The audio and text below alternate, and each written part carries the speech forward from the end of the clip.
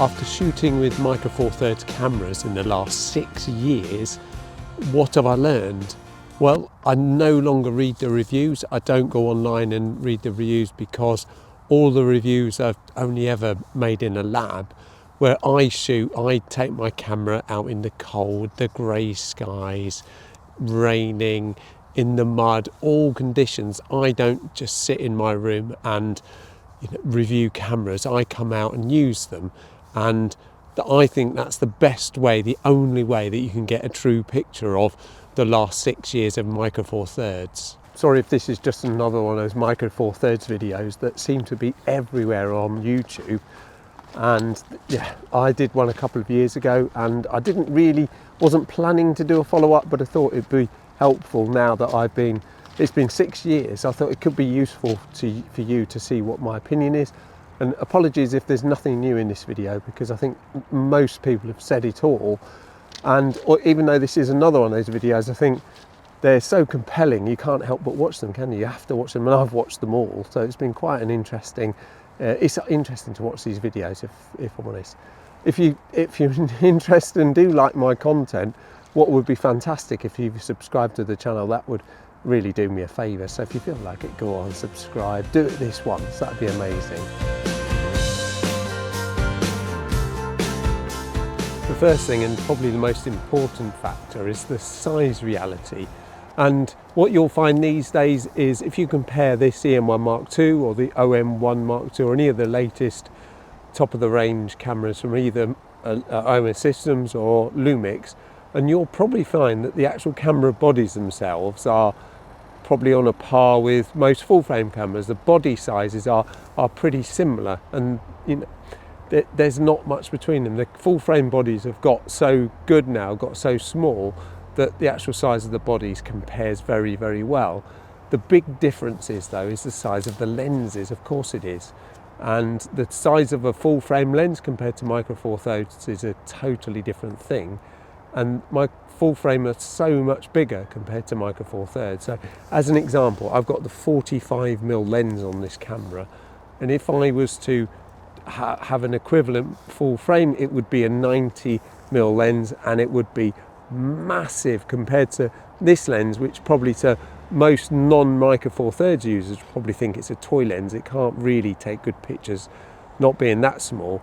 But my experience is the 45mm lens, along with the other lenses I have, are tack sharp, super fast, and they're fantastic lenses and give great quality results. And the size of the lenses is the biggest difference. Not only the size, but the price of the lenses as well, because the equivalent 90mm lens of this 45, and I paid about £100 for this 45mm lens, but it was used, to be fair, it wasn't brand new. But even the used market, the full frame lenses, would be much, much more expensive. And I think if size and price is important to you, as it is for me and most Micro Four Thirds users, that's the most compelling thing that you need to consider. Micro Four Thirds has a dirty secret, at least Olympus does, and that is the amazing weather sealing these cameras have. And that's a really important thing, because if you're like me and you go out in the rain, take those pictures of puddles, I'm here on the foreshore and the waves often lap up. I've got my camera right close to the water's edge, especially when it's wavy. I'll go to the beach. I do all sorts of things that you'd be really scared to put any other camera in that sort of environment. But as you may well know, Micro Four Thirds IP53 weather and dust sealing is amazing, and it's definitely something to consider if you're going to take your camera out in some really difficult sort of environments where you've got dust and sand and water and rain and all these things. It's definitely worth having, and these Micro Four Thirds cameras, in particular the new OM1 cameras, as I mentioned earlier, that's fantastic. And even this EM1 Mark II, you just can't go wrong. It's fantastic. And even though these little tiny lenses I've got, these prime lenses, are not weather sealed, I still feel confident I can take this camera out in the rain, and it works fine. The other thing is if you follow my channel, you'll know that I've got a few prime lenses. I didn't do that by design. Prime lenses picked me, and I'm forever changing the lenses on this camera. It's a bit of a faff at times, but what I find is I don't really get a lot of dust on my sensor. Maybe I'm careful when I change my lenses, and I've only had to clean the lens on this camera a couple of times, and I only do it with a sprayer, and it works perfectly. So I'd say that the weather sealing, the general cleanliness, the dirty secret, let's say, of these cameras is in the weather sealing, and it works very, very well.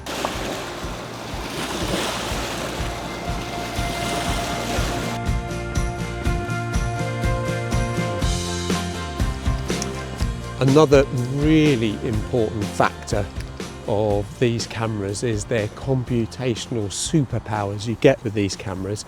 You might argue that these are not very good at low light, but even this EM1 Mark II, this really old, almost 10 years old camera now, has got 6 stocks of IBIS. And if you compare this with the more modern ones, the OM1 is an example, and pair those with the pro lenses, you can get upwards 8 or more stops of IBIS with the new modern cameras.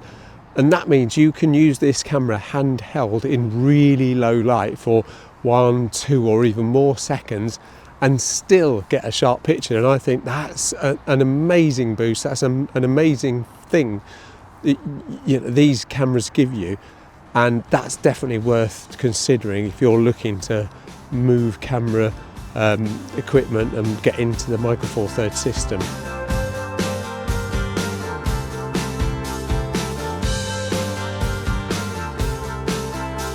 The features of this camera doesn't just stop at IBIS, of course, because this 9 to 10 year old camera also has live composite, and I've done a couple of videos on live composite.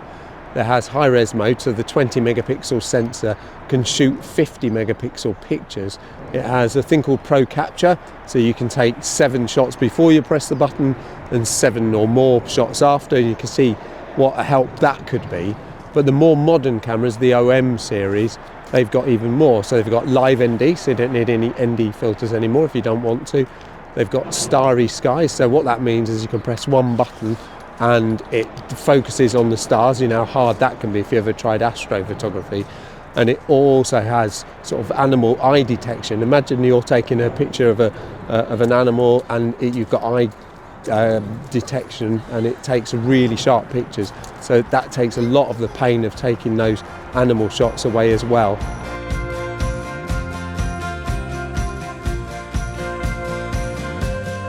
The other great superpower that this camera system has is its depth of field. And I know you can't really compare the shallow depth of field of a f1.2 full frame lens with this, but of course you can. The truth is you can, because there's equivalent, so you can match everything a full frame can do with this. But the reality is you don't ask your subject to be 20 meters away because you want to get the same depth of field as a full frame camera.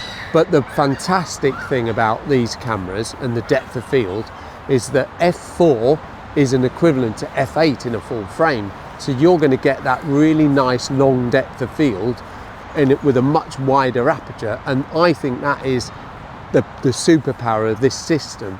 Because if you think about your photography, unless you're a wedding photographer or if you're a portrait photographer, you really don't want shallow depth of field. You want things from front to back in focus, and that's what these small apertures or these wide apertures give you on these cameras.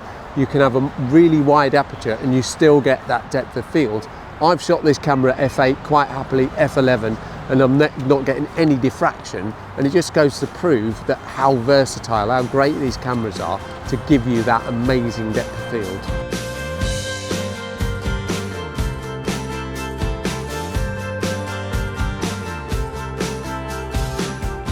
Let's be honest, these cameras can struggle in low light, especially when I'm trying to take pictures in shady conditions using the 40 to 150 and trying to capture birds in a woodland.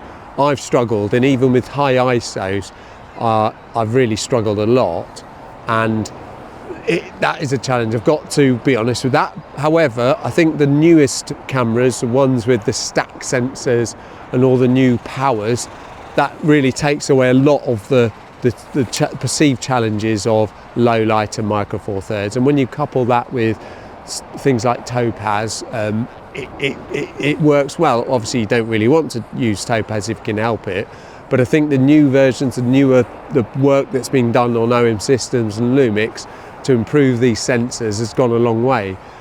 So yeah, maybe this 9-year-old camera isn't the best thing in low light, but the newer versions, the better cameras, are much better, and you shouldn't overlook them.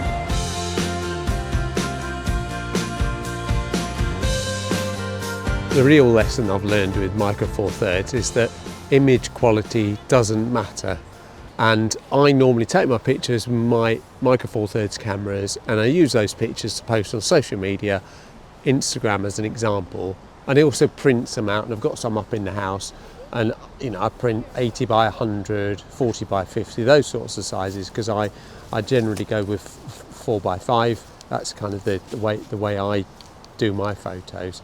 And I'm going to suggest that you could have a medium format camera or a 1/2 inch camera, and you wouldn't tell a difference at 100 by 80. I'm certain you wouldn't know which camera that was taken on, and that tells you that the quality of these images that you get out of micro four thirds isn't going to be any different to a full frame camera or a 1/2 inch sensor.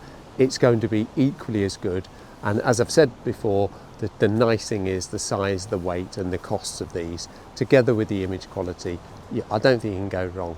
Thank you very much indeed for watching my sort of little appraisal, what I've learned over the last 6 years of working or using micro four thirds cameras. I hope it's been interesting, and if you've enjoyed it, why not give it a like? That would really be amazing. Once again, thanks for watching, and I'll see you in the next one. Cheerio.